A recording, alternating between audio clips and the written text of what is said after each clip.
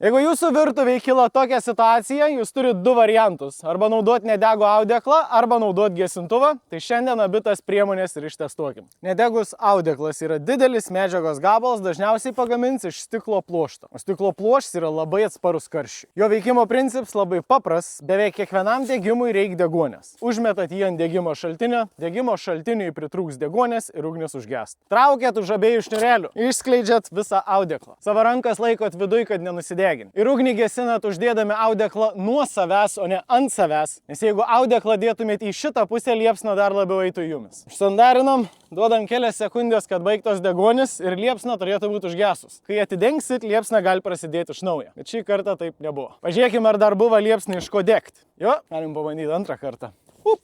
Uždengiam, palaikom kelias sekundės. Bandykim atidengti greit. Ir liepsna vėl prasideda. Turėkit omeny, kad jeigu neduosit pakankamai laiko, liepsna vėl prasidės.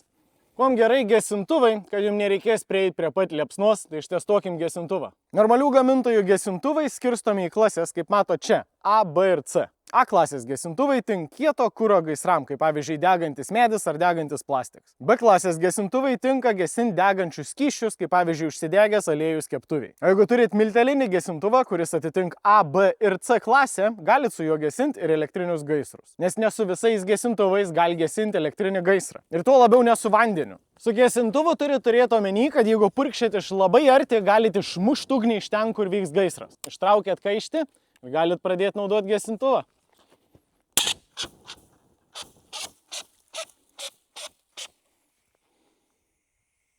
Galvojau, kad reikės biškį daugiau.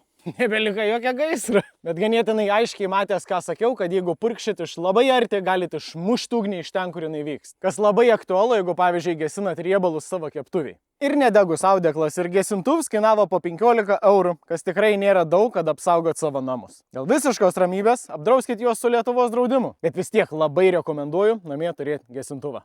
Iki malonaus.